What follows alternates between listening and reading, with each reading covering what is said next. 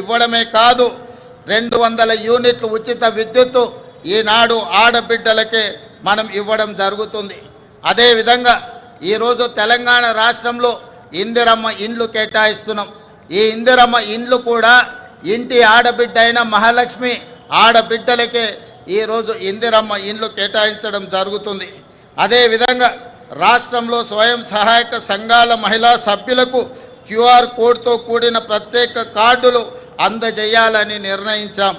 వారికి ప్రతి సంవత్సరం ఉచిత వైద్య పరీక్షలు నిర్వహించి హెల్త్ ప్రొఫైల్ వివరాలతో పాటు పూర్తి వివరాలను ఆ కార్డులో పొందుపరుస్తాం. రాష్ట్రంలో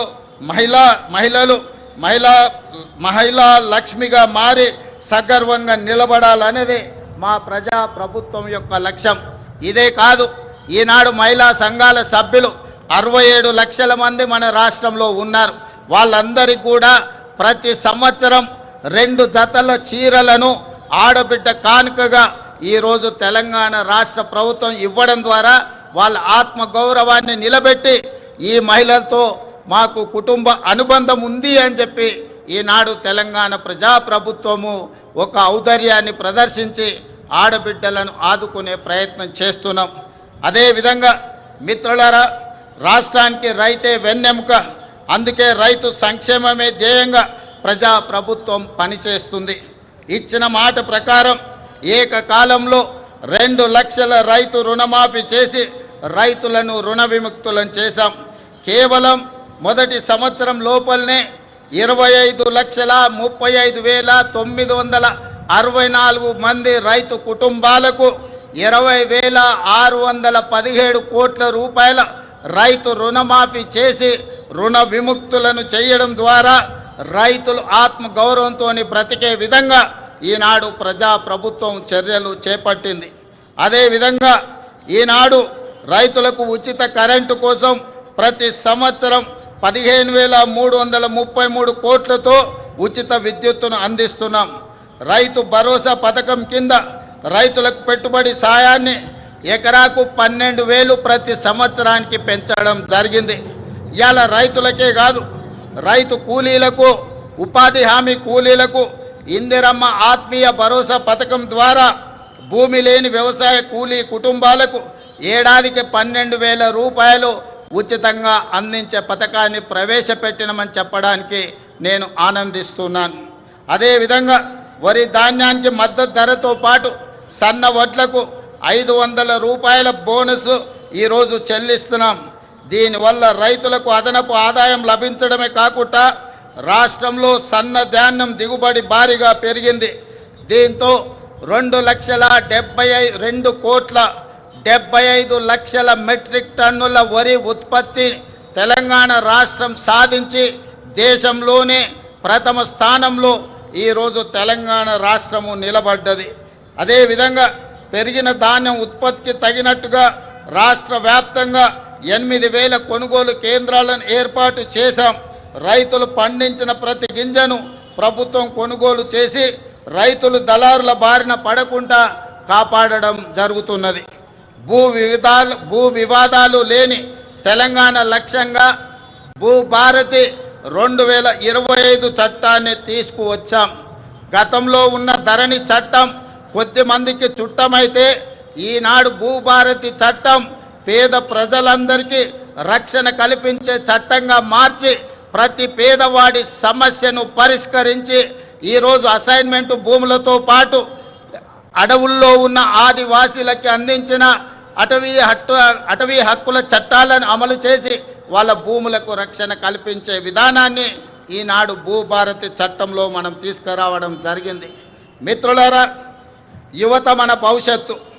అందుకే ప్రజాప్రభుత్వం అధికారంలోకి వచ్చిన వెంటనే 16 నెలల్లో దాదాపుగా 60,000 ప్రభుత్వ ఉద్యోగ నియామకాలు చేపట్టడం ద్వారా తెలంగాణ ఉద్యమంలో, తెలంగాణ రాష్ట్ర సాధనలో ముందు భాగాన నిలబడ్డ నిరుద్యోగ యువకులకు ఒక నమ్మకాన్ని, విశ్వాసాన్ని, భరోసాని ఈ ప్రజాప్రభుత్వం అందించడం జరిగింది.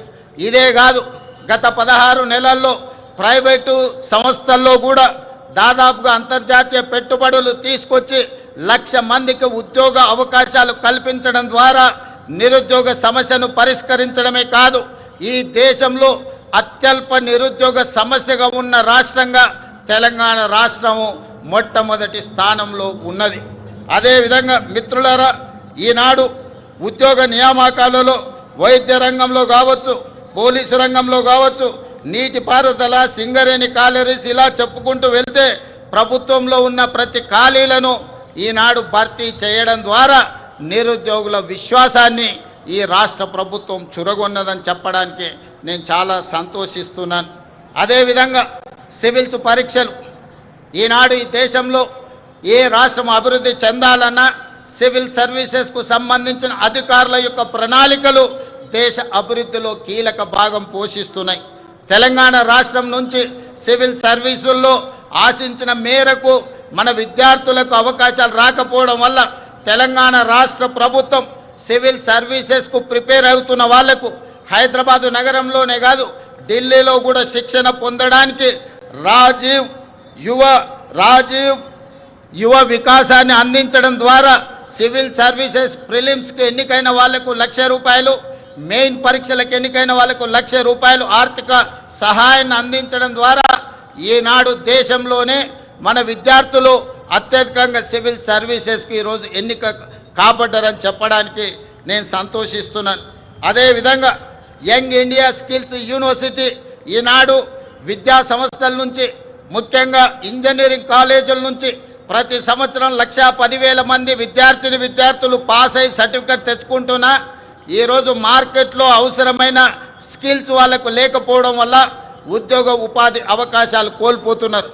అందుకే తెలంగాణ రాష్ట్ర ప్రభుత్వం ఆలోచన చేసి యంగ్ ఇండియా స్కిల్స్ యూనివర్సిటీని ప్రారంభించడం ద్వారా ఈ విద్యార్థులకు అందులో శిక్షణను అందించి ఉద్యోగ ఉపాధి అవకాశాలు కల్పించడానికి ఈనాడు యంగ్ ఇండియా స్కిల్స్ యూనివర్సిటీని మనం ప్రారంభించుకోవడం జరిగిందని చెప్పడానికి నేను గర్విస్తున్నాను.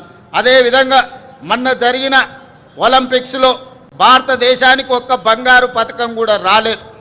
140 కోట్ల జనాభా ఉన్న ప్రపంచంలోనే అత్యధిక జనాభా ఉన్న దేశంగా గుర్తింపు పొందిన భారతదేశం ఒలింపిక్స్లో బంగారు పథకాన్ని సాధించకపోవడం మనకు నిజంగా ఆలోచన చేయవలసిన సందర్భం. అందుకే ఈనాడు యువకుల్లో క్రీడాకారులను వెలికి తీయాలి, మట్టిలో మాణిక్యాలను ఈ దేశానికి పరిచయం చేయాలన్న ఆలోచనతోని యంగ్ ఇండియా స్పోర్ట్స్ యూనివర్సిటీని అదేవిధంగా స్పోర్ట్స్ అకాడమీని ప్రారంభించుకొని రాబోయే 2028 సంవత్సరంలో జరగబోయే ఒలింపిక్స్లో బంగారు పథకాన్ని దేశానికి తెలంగాణ రాష్ట్రం తరఫునే సాధించాలన్న లక్ష్యంతో ఈనాడు యంగ్ ఇండియా స్పోర్ట్స్ యూనివర్సిటీని అదేవిధంగా అకాడమీని మనం ప్రారంభించుకున్నామని తెలియజేయడానికి నేను సంతోషిస్తున్నాను. అదేవిధంగా యంగ్ ఇండియా ఈరోజు ఇంటిగ్రేటెడ్ రెసిడెన్షియల్